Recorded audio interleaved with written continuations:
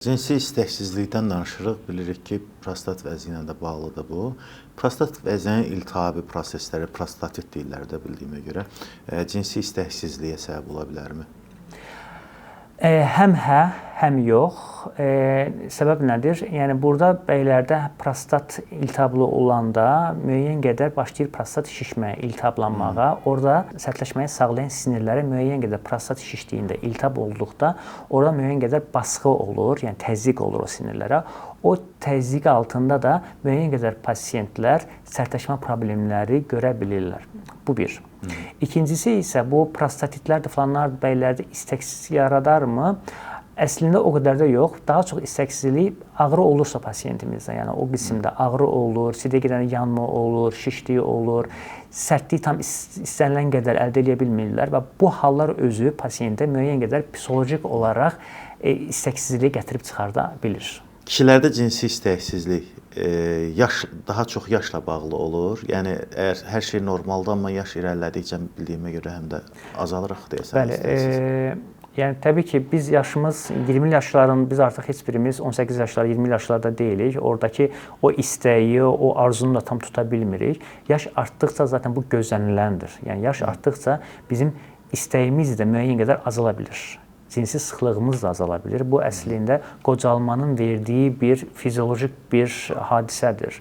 Yəni necə dərimiz qırışırsa və yaxud da orqanlar öz gücünü itirirsə, burada da istəkdə də müəyyən qədər azalmalar ola bilər. Çünki xəyə də müəyyən bir vaxtdan sonra yavaş-yavaş büzüşür. Büzüşür eləyir. Orada ifraz olunan testosteron səviyyəsi də azalır. Yəni bu yaşa dolduqca təbii ki, məişət problemləri də artır və eyni zamanda bizim xəstəliklərimiz də artmağa başlayır. Yəni təzyiqdir, şəkərdir falandır və bunun altında bizim istəyimiz də çox böyük şəkildə təsirlənə bilir və eyni zamanda bizim sərtləşməyimiz də. Və artıq bu sərtləşmədir, cinsi istəklilikdir, bu ikinci plana keçir və yaxud üçüncü plana keçir. Bəzən də ola bilərmi ki, bu artıq bir, məsələn, 20 yaşlardan başlayan bir cinsi həyat, məsələn, 40-a qədər müəyyən qədər doymaq Bəli, da o da ola var. bilər də. Çox düzgün yerə vurğuladınız. Eyni şeydən insan bezir. Bəli, yəni bunu, bəli, çox haqlısınız. Bu səbəblərdən birisi də budur əslində, doyumluq hissinin gəlməyidir. Yəni artıq 18 yaşlarına, 20 yaşlarından başlayan cinsi aktlar belli bir yaşdan sonra doyumluğa gətirib çıxardır. Daha çox həyəcandan, o qədər həyəcanlanmırsan da. Bəli, yəni pasiyentlərim var ki, doktor, mən hiss edirəm ki, artıq mən bir çox partnyorum olub və o həyəcanı yavaş-yavaş itirirəm və soruşuram ki, nə qədər partnyorun olub? Yəni çox tez partnyor dəyişib, hər şəkildə, hər şeyin bu cinsəlliyin tam dadına varıb, hər şəkildə dadına varıb, belə deyim mən. Və bir yerdən sonra deyir, doktor, görürəm ki, artıq o deyil.